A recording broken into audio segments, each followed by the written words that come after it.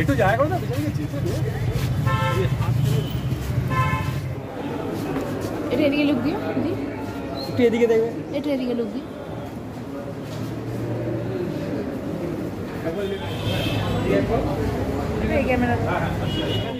আমি ধন্যবাদ দেবো ডক্টর প্রবীর ভৌমিককে, কি ওনার পেশা ছেড়ে উনি এন্টারটেনমেন্ট ইন্ডাস্ট্রিতে এসছেন এবং এত সময় দিচ্ছেন। এইরকম প্রডিউসার পাওয়া খুবই ভাগ্যের ব্যাপার। আমি 25 বছর ধরে অভিনয় করছি, আর ওনার এক্সাইটমেন্ট থেকে আমিও এক্সাইটেড যে আবার চলে এলাম ছবিটা দেখতে।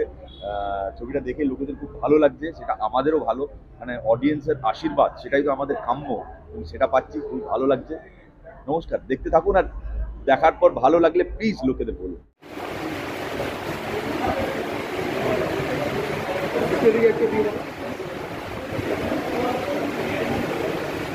আমি মানে আই থিঙ্ক স্পেশাল স্ক্রিনিং এ দেখা হওয়াটা এখন একটা নতুন ট্রেন্ড হয়েছে, and I am really happy. এরকম একটা গল্প যেটা শরৎচন্দ্র চট্টোপাধ্যায়ের মানে ছোট গল্প অবলম্বনে ইয়েটা, আমি এখনো মুভিটা দেখিনি, so I am really excited to watch it, and I am sure Mithila the is a sweetheart and she is a phenomenal actress, so I'm sure she has done justice to the character of Abhagi, and I'm really excited to watch the film because এটা আমার নিজের খুব পছন্দের একটা গল্প। অসাধারণ, I can see it in the poster. I mean, her eyes are piercing, and like she looks fierce, and the kind of person that she is fierce, and at the same time she is sweet, যেটা somewhere down the line আমার মনে হয় অভাগী চরিত্রের মধ্যে রয়েছে। she is fierce and she is also very soft and very nurturing. Absolutely, এই গল্পটাই এমন যে মানে খুব ahead of its time, মানে ahead of its time না, কিছু কিছু জায়গায় আমরা বলবো যে এখনো এই জিনিসটা চলে আসছে, মানে I think it was written in 1870s or something, আমার ঠিক মনে নেই এক্সাক্ট ডেটটা, বাট তখনকার সময় লেখার গল্প আর এখনকার যুগের সাথে যখন মানুষ এটা রিলেট করতে পারছে, তার মানে কোথাও গিয়ে সেই রেশটা রয়ে গেছে, and maybe this film would make people aware, and মানে সেটার থেকে মানে এই যে সিচুয়েশনটা রয়েছে, please help people if you know someone who is going through that. এরকম ছবি হওয়া খুবই মানে জরুরি আমার মনে হয়। সোশ্যাল অ্যাওয়ারনেস আমাদের এখনকার পটভূমিকায় খুবই ইম্পর্টেন্ট।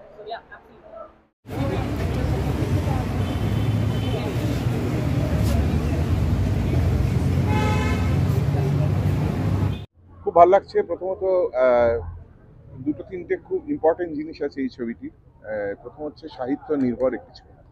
আমাদের ছবির জগতে আমরা যদি পুরনো ছবির কথা ভাবি, তাহলে দেখব যে সাহিত্যের ওপর ভিত্তি করে প্রচুর ছবি এক সময় প্রচুর তৈরি হয়েছে, কিন্তু আজকাল বেশ কয়েক বছর হয়ে গেল আমরা কোনো সাহিত্য নির্ভর সিনেমা খুব একটা আজকাল দেখতে পাই না। সেই জায়গায় দাঁড়িয়ে শরৎচন্দ্র চট্টোপাধ্যায় মানে তার লেখার সেই সময়কালটা যদি ভাবি, আমি সেই সময়কালের পরিপ্রেক্ষিত নিয়ে একটা ছবি বানানো খুব সোজা ব্যাপার নয়, যেটি অনির্বাণ এবং অভাগী স্বর্গ খুব ছোট্ট একটা গল্প, হ্যাঁ খুব ছোট গল্প, সেটাকে অত একটা ফুল লেংথের একটা সিনেমা বানানো খুব সোজা ব্যাপার নয়।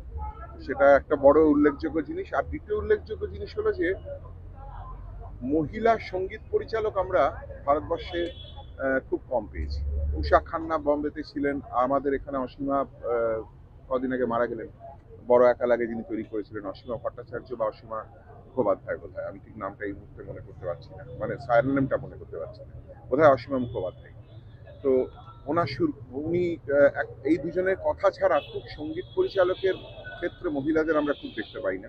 সেখানে দাঁড়িয়ে মৌসুমী মিউজিক ডাইরেক্টর একজন, যিনি একজন মহিলা, সেটা একটা খুব বড় একটা জায়গা বলে আমার মনে হয়, এবং অত্যন্ত সুদক্ষ হাতে সঙ্গীত পরিচালনা করেছেন। এবং প্রত্যেকটি গান, আমি যে গানটি গেয়েছি সেটি একটি হোলির গান, একটি রং খেলার গান, কিন্তু বাকি যে গানগুলো আমি শুনেছি, কারণ আমি একদিনে এসে মিউজিক রিলিজে আমি ছিলাম, বাকি গানগুলো শুনেছি, ইনফ্যাক্ট টাইটেলটা তো আমার ভীষণই ভালো লেগেছে। সুতরাং এই দুটি খুব ইম্পর্টেন্ট অ্যাসপেক্ট এই ছবিটার। এবং মিথিলা অভিনয় করেছেন, সুব্রত আমার ভীষণ প্রিয় একজন অভিনেতা, ও অভিনয় করেছে, সায়ন আরেক আমার অত্যন্ত প্রিয় অভিনেতা অভিনয় করেছে। আশা করা যায় এই ছবি আপনাদের যারা দেখবেন, যারা গান শুনবেন, ছবি দেখবেন, তাদের ভালো।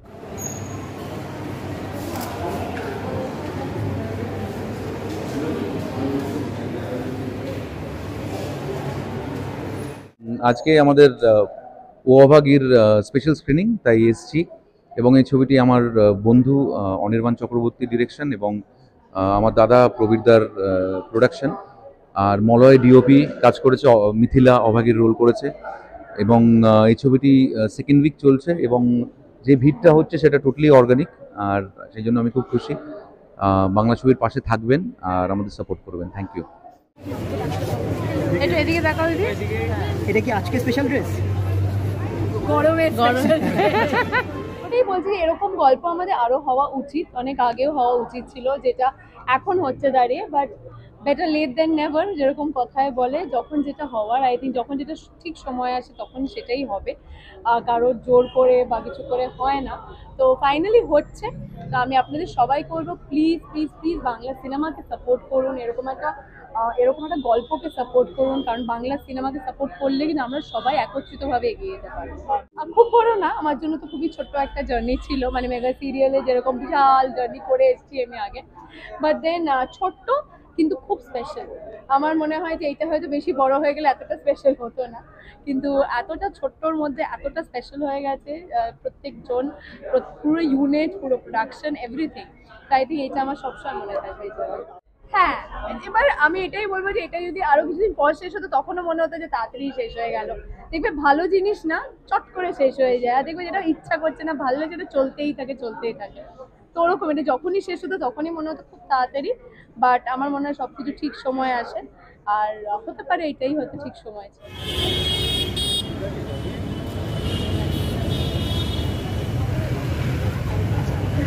I'm really excited to watch this movie, especially Mithila দি আছেন, আর মিথিলা দির সঙ্গে রিসেন্টলি একটা খুব ভালো কানেকশন হয়েছে। She help me a lot with my dialect for Debi Chaudhurani. তো আমি অভাগীর জন্য খুবই এক্সাইটেড, আর আমি ট্রেলার দেখেছি, এখনো সিনেমাটা দেখে ওঠা হয়নি, তো আজকে দেখতে পাবো। So I am like looking forward. খুব ভালো লাগছে, and Mithila the is such a strong performer, and she is well rounded, মানে উনি এত জানেন, ওনার নলেজ এত, তো ক্যারেক্টারটা ফুটিয়ে তুলতে, মানে I am like very new two comment আপন ইট, বাট ক্যারেক্টারটা খুবই ভালো ফুটিয়ে তুলেছে। এরকম উইমেন সেন্ট্রিক ফিল্মস আমাদের কলকাতায় আরও হওয়া উচিত, আর এরকম স্ট্রং পারফরমেন্স যখন এরকমভাবে এরকম চরিত্র ফুটিয়ে তুলছেন, তো আমার মনে হয় আমাদের সবাই আরও করে এনকারেজ করা উচিত, আর আরও ভালো মানে রেসপন্স দেওয়া উচিত। এটাও তো women centric, and Shravanti Di is amazing, Bhumada is amazing, and we all have worked really a lot, heart and soul, blood and sweat literally দিয়েছি। তো এটাও যেন সবাই খুব ভালো করে অ্যাকসেপ্ট করে আর গ্রহণ করে আর দেখে, এটাই আশা করবো। ও অভাগী দেখতে এসেছি আজকে। ও অভাগী স্পেশাল স্ক্রিনিং আজ, অনির্বাণের ডিরেকশন। ইনফ্যাক্ট আমি শুনেছি এই সিনেমাটা দেখা সবার খুব দরকার, খুব প্রয়োজনীয়। এখনো ও অভাগী বানাতে হচ্ছে, সেটাই তো খুব কষ্টকর, তাই না? এটা খুব দুঃখজনক।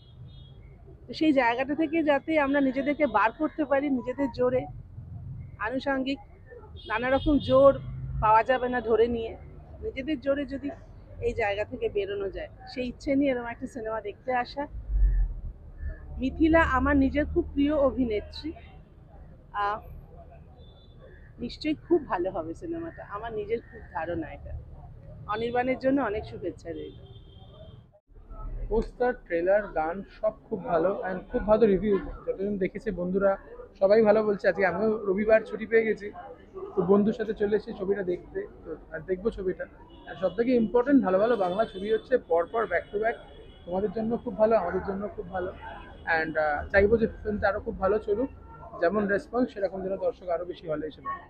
নেক্সট আমার হৃদয়পুর বলে যে প্রজেক্টটা শুট হয়েছে, ওটাই এখন পোস্ট প্রোডাকশন চলছে, আশা করি এই বছর এই সিনেমা হলে আসবে। না, সোফার দর্শকদের কাছ থেকে যা রিয়াকশন পেয়েছি খুব ভালো পেয়েছি। আমি শুধু দর্শকদের অনুরোধ করব, আপনারা যদি ভালো লেগে থাকে আশেপাশের লোকজনকে বলুন, বন্ধু বান্ধবদের বলুন যেন ছবিটি এসে দেখে, তাহলেই তো আমাদের কষ্টটা সার্থক হবে। সেই সময় থেকে আমি ভীষণ এক্সাইটেড ছিলাম, কারণ চরিত্রটা সহজ নয়। অভাগীর চরিত্রটি পর্দায় ফুটিয়ে তোলা বা অভিনয় করাটা ভীষণ কঠিন ছিল, সেই জন্য আমাকে যথেষ্ট পরিমাণ অনুশীলন করতে হয়েছে, সেটা মানে নিজে নিজেই চরিত্রটা নিয়ে ভাবতে হয়েছে। আর আমরা খুব একটা কঠিন পরিবেশে শুটিং করেছি, শীত থেকে একদম গ্রীষ্ম পর্যন্ত, প্রচণ্ড গরমের তাপে আবার প্রচণ্ড শীতে। তো সব মিলিয়ে যে কষ্টটা করেছে সেটা দর্শক এবার ছবিটি দেখলে এবং যদি তাদের ভালো লাগে তাহলে সেটা ছাড়বে। ওপারাঙ্গায় সবাই ছবিটি দেখতে চাইছে, এবার কি করে দেখানো যায় সেটা ভাবতে হবে। দেখো, আমার মনে হয় যেটা বলার যে একটা নতুন প্রজন্ম, শরৎবাবুর একটা অসাধারণ একটি গল্প, যে গল্পটা আমার মনে হয় সবার পড়া। আর শরৎচন্দ্র কখনো সচরাচর সিনেমাতে থিয়েটারে ফেল করে না। আমি কদিন আগে শুটিং শেষ করলাম বঙ্কিমবাবুর লেখা। এইটা একটা খুব ভালো ট্রেন্ড যে এরকম ধরনের বাংলার তো সাহিত্য হচ্ছে একটা বড় সম্বল। আহ, আগেও যদি দেখতে, আগে যখন ছবি হতো প্রচুর সাহিত্যিকদের ছবি করা হতো, এবং সেটা কিন্তু মানে আমাদের এখানকার স্টলওয়ার্ড ডিরেক্টররাও করেছেন।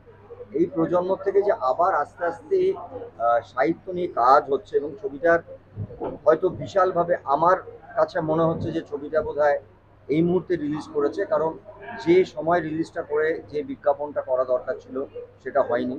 কিন্তু আমি মানুষকে বলবো যে ছবিটার যা রিপোর্ট আছে, যা গল্প তো আছেই, যা রিপোর্ট আছে, এবং এখানে প্রযোজক নতুন, আমাদের মিথিলা একজন অসম্ভব ভালো অভিনেত্রী, আমি ওকে ব্যক্তিগতভাবে চিনি, পরিচালক নতুন, তো এরা একটা সবাই মিলে যে প্রচেষ্টা করেছে, এবং ছবিটার যা আমি খবর পাচ্ছি সবাই বেশ ভালো বলছে, ছবিটা ভালো হয়েছে সবাই বলছে। কিন্তু ভালোটা তো তখনই ভালো হবে যখন মানুষ এসে হলে এসে দেখবেন। তো আমি অনুরোধ করব, এর আগেও আমি সবসময় চেষ্টা করি ভালো ছবির সঙ্গে বা পাশে এসে দাঁড়ানোর। এটা পাশে এসে দাঁড়ানোর কিছু নেই, এটা হচ্ছে যে ছবিটা ভালো হয়েছে, বাংলার দর্শকেরা চান শরৎচন্দ্র চট্টোপাধ্যায়ের একটা অসম্ভব ভালো একটা গল্প নিয়ে ছবিটা।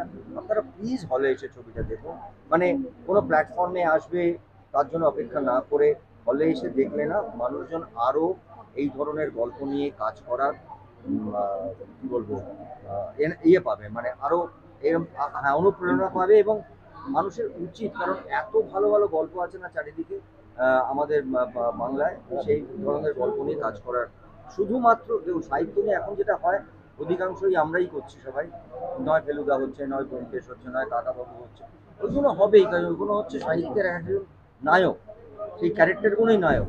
কিন্তু তাছাড়াও যে আমাদের উপন্যাসের ভান্ডার আছে, সেই ভান্ডারটাকে ব্যবহার করা বোধহয় এখন খুব প্রয়োজন। খুব ভালো, খুব সুন্দর, খুব ভালো একটা লুক নিয়েছে, এবং খুব সুন্দর, খুবই মানে অ্যাট্রাকটিভ একটা পোস্টার। দারুণ দারুণ।